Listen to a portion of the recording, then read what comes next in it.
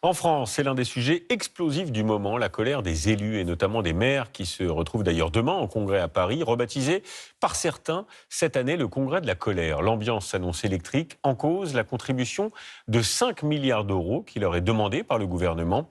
À Bègles par exemple, en Gironde, le maire va devoir trouver 800 000 euros d'économie. Jocelyn Azou et Émy Stervino. Son ras-le-bol, le maire de Bègles l'affiche devant sa mairie, avec une banderole, et même sur les réseaux sociaux. Je refuse que le budget de ma commune soit la variable d'ajustement de ce budget national injuste. Ensemble, mobilisons-nous contre la dégradation des services publics. Pour lui, hors de question d'accepter l'effort budgétaire que lui demande l'État. Près de 800 000 euros en 2025 sur un budget de 30 millions d'euros. Il vient de lancer une pétition auprès des habitants. Ce sont nos impôts aussi qui partent dans les caisses de l'État. Alors si on a envie que ce soit bien utilisé. On n'est vraiment pas content et on va le faire savoir au Premier ministre lors du congrès des maires.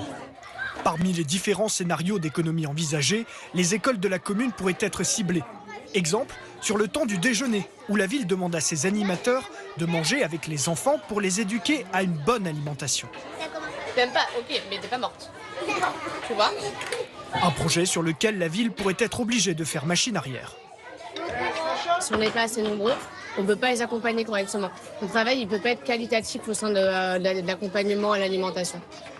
La masse salariale représente près de 60% du budget de fonctionnement de Bègles.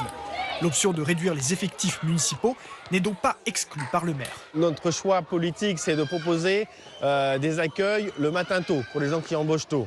Le soir tard aussi, pour ceux qui rentrent tard. Des animations de qualité. Ce n'est pas une garderie, en fait. Ici, il y a beaucoup d'activités. On fait toujours autant, avec moins. Donc, normalement, il faut que ça s'arrête. Les communes espèrent à leur tour que Michel Barnier réduise l'effort budgétaire qui leur est demandé, comme cela vient d'être fait pour les départements.